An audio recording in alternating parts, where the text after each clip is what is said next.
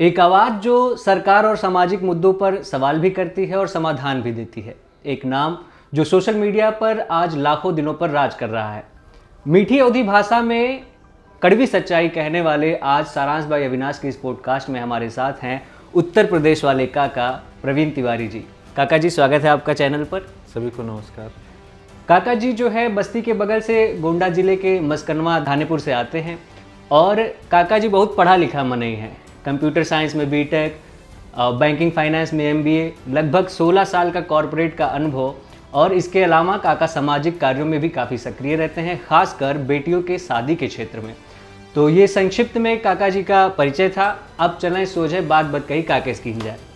काका जी, आज लोग आपको इतना प्यार कर रहे हैं, इतना सम्मान कर रहे हैं, आपको सोशल मीडिया पे लाखों फॉलोअर्स हैं, लेकिन एकर कुल के शुरुआत कहाँ से?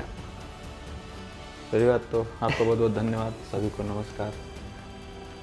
शुरुआत के अगर हम चर्चा करें तो चर्चा बहुत लंबी हो जाएगी। जी हम सोशल मीडिया, हमारे पास कुछ नहीं, मतलब नौकरी छोड़ने के बाद जी समाज को हमने देखा। पहले तो समाज था जी, जैसे सभी होते हैं, चाचा ताऊ भाई। हाँ जब आपके हाथ में कुछ नहीं बचता, एक समय कभी ऐसा आता है जीवन में कि आपके हाथ कुछ नहीं बचा जी उसके बाद उनका असल चरित्र समझ में आता है। जी। तो जब कुछ भी नहीं था मेरे पास तो मैंने सोशल मीडिया को अपना मित्र बताया जी। और उसी के साथ मैं जुड़ गया, वीडियो बनाने लगा। तो जब पहली बार आप मतलब वीडियो बनाना शुरू किए, आप पहली बार अपना पहला कंटेंट जब डाल रहे थे, तब आपका पता रहा कि इतना लाखों लोग आपका पसंद करेंगे, इतना प्यार लुटेंगे आपके ऊपर? मकसद पैसा नहीं था। जी जैसे ख्याति पाना, पैसा कमाना, जैसा कि आज जो क्रिएटर्स हैं उनका है। हमारा बस एक तरीके से मान के चलिए कि उस समय अंधे की लकड़ी की स्थिति थी। जी झूठ नहीं बोलेंगे एक शब्द। हमारे पास कुछ था नहीं करने के लिए। जी। हमारे पास जितनी क्षमता, जितनी शक्ति, जितनी बुद्धि ईश्वर ने दी थी, हमने सब इसमें लगाया। इसका परिणाम आज देखिए। ये सफ़र जो आपका है प्रवीण तिवारी जी से उत्तर प्रदेश वाले काका बनने का, इस सफ़र कैसा रहा और ये नाम आपके दिमाग में कहाँ से आया इतना मज़ेदार? सफ़र तो मतलब जब आप लंबे दौर का संघर्ष करते हैं जीवन में और किसी एक स्तर पे पहुंचते हैं तो सारे संघर्ष भूल जाते हैं। अब सफ़र के बारे में बहुत चर्चा मत करिए। बाकी रही बात कि नाम कैसे मिला, जी। तो काका, चाचा, अंकल, तीन एक ही शब्द हैं, तीनों की एक ही मीनिंग है। जी। अंकल कोई ऐसा इम्पैक्ट नहीं डालेगा कि एकदम सही। जो आपके दिमाग में। चाचा भी सामान्यतया हमारे समाज में नहीं बोला जाता। जी। काका एक ऐसा शब्द है जो बड़े भाई के छोटे बच्चे बड़े प्यार से कहते हैं। जी। इसमें एक अपनत्व है, सम्मान भी है, और अगर आप इज्जत से किसी को काका कहते हैं तो ऐसा संभव ही नहीं है कि वो आपको किसी तरीके से बिल्कुल। दुखा। ये जो आपका जो उत्तर प्रदेश वाले काका, जो काका किरदार है, क्या ये आपके रचनात्मक मस्तिष्क की उपज है या आप ही प्रवीण तिवारी जी ही काका हैं? नहीं, देखिए, इसका रचनात्मक नहीं है। हमने जब वॉइस ओवर शुरू किया जी तो उसमें एक कैरेक्टर ऐसा रखा जो किसी भी मामले को हल कर दे। जी। अगर दो लोगों के बीच में विवाद है तो उसको हल कर दे। अच्छा। वही मेरा रोल है सोसाइटी में। कहीं कितना भी झगड़ा हो, जी। अगर प्रवीण त्रिपाठी पहुंच गए हैं तो झगड़ा नहीं होगा, शांत हो जाएगा। वही हमारा काम है, वही हमारा रोल है। जो एक्चुअल मेरा रोल है रियल लाइफ में, वही संतुलन बनाना कह सकते हैं एक तरह से। अच्छा, जो कंटेंट क्रिएटर्स का जो दुनिया है, इसमें लोग जानते हैं कि सफल लोग को तो बहुत सारे लोग जानते हैं, लेकिन उनके पीछे की एक संघर्ष की कहानी भी होती है।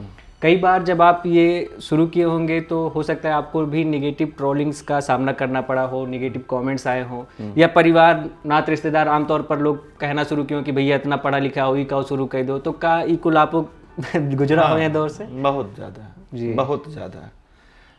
जब आप संघर्ष के दौर से गुजर रहे होते हैं जी, आप कहीं भी किसी प्लेटफॉर्म पे पहुंचने का प्रयास कर रहे होते हैं तो आमतौर पे समाज आपका प्रोत्साहन नहीं करता। वो आपके ऊपर तरह तरह की टिप्पणी करेंगे। आपको किसी भी तरीके से हतोत्साहित करने का प्रयास करेगा। बिल्कुल। और वही वो दौर होता है जिसको आपको फेस करना होता है, जिसको आपको पार करना होता है, उसी को संघर्ष कहा जाता है। जी। अगर कोई व्यक्ति उससे भागता है तो जाहिर है कि वो सफल नहीं होना चाहता। वो एक स्टेज है जिसको पार करना जरूरी ही है, चाहे वो क्रिएटिविटी हो, चाहे सामान्य कोई काम हो, उसको पार करना ही पड़ेगा। जी। जो आप कंटेंट बनाते हैं काका, वो इतना मज़ेदार, इतना लजीज होता है। तो जब आप वो कंटेंट बनाते हैं तो आपके हिसाब से आप मतलब प्राथमिकता आप किसको देते हैं? वो मैसेज जो आपके कंटेंट में होता है या एंटरटेनमेंट? जाहिर है दोनों में बैलेंस बनाना पड़ेगा। बैलेंस। अगर आप नहीं बनाइएगा, सिर्फ मैसेज पे चलिएगा तो बोरिंग हो जाएगा, एकदम लोग उसको देखना पसंद नहीं करेंगे। एकदम सही। उसको इंटरटेनिंग भी रखना है जी।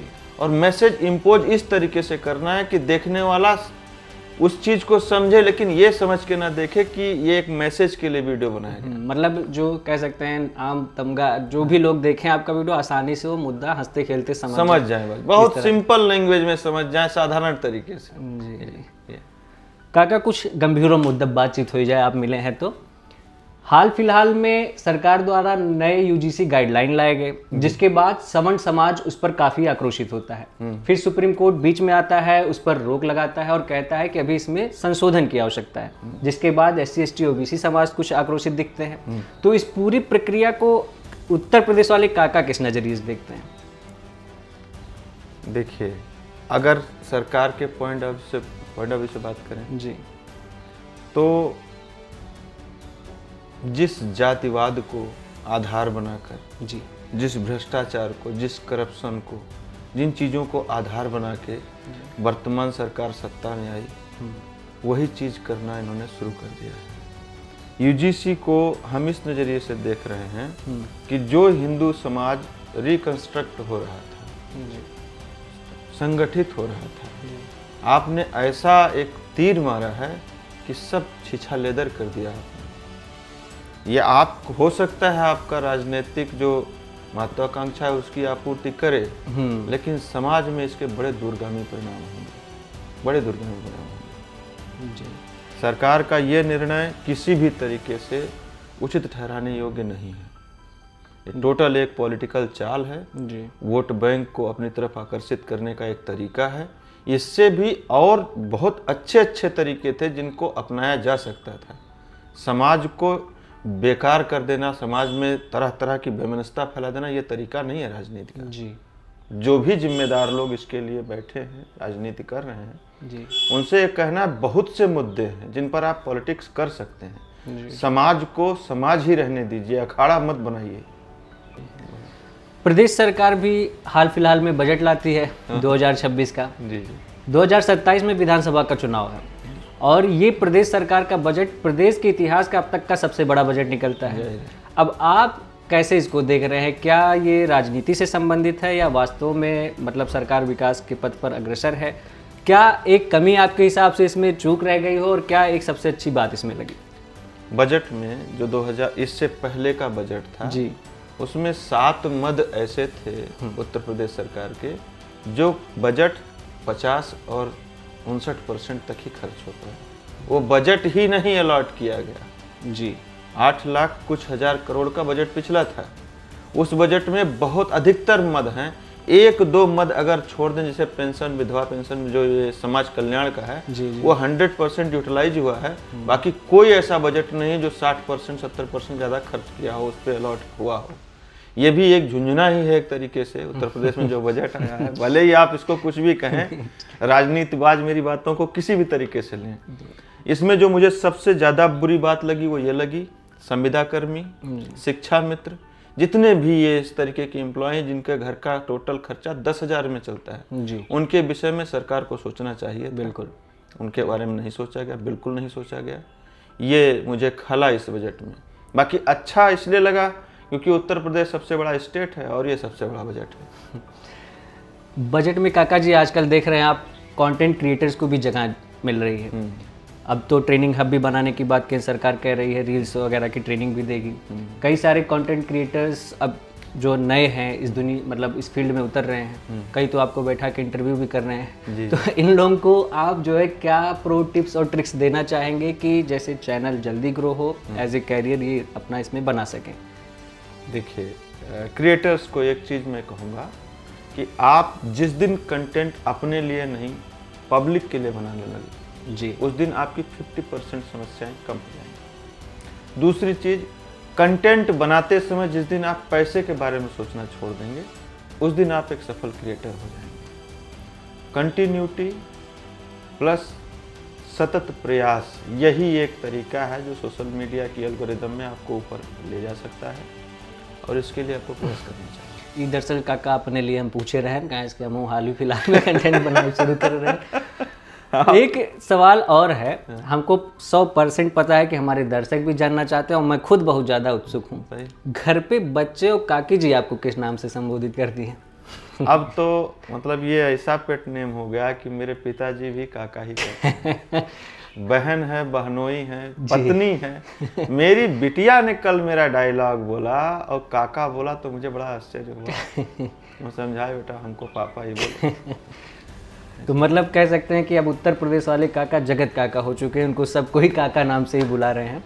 काका जी, इस पॉडकास्ट में हमने थोड़ा एक फन जोन भी रखा है जिसका नाम है सीधी बात, जिसमें हम आपको कुछ टॉपिक देंगे और आपको काका के अंदाज में ही उस पर कुछ कहना है। रील बनाम रियल लाइफ।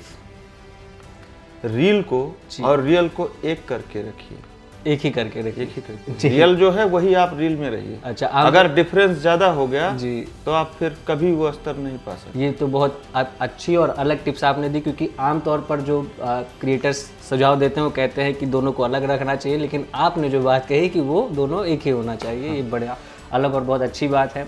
शहर ज़्यादा बढ़िया लगता है या गाँव? गांव की शुद्ध हवा जी, शुद्ध वातावरण जी, प्यारे लोग जिनको एक दूसरे की परवाह रहती है, जहां मकान नंबर से नहीं पहचाना जाता, बाप के नाम से पहचाना जाता है जी, वो गांव मुझे सबसे प्रिय है। पैसा या पहचान?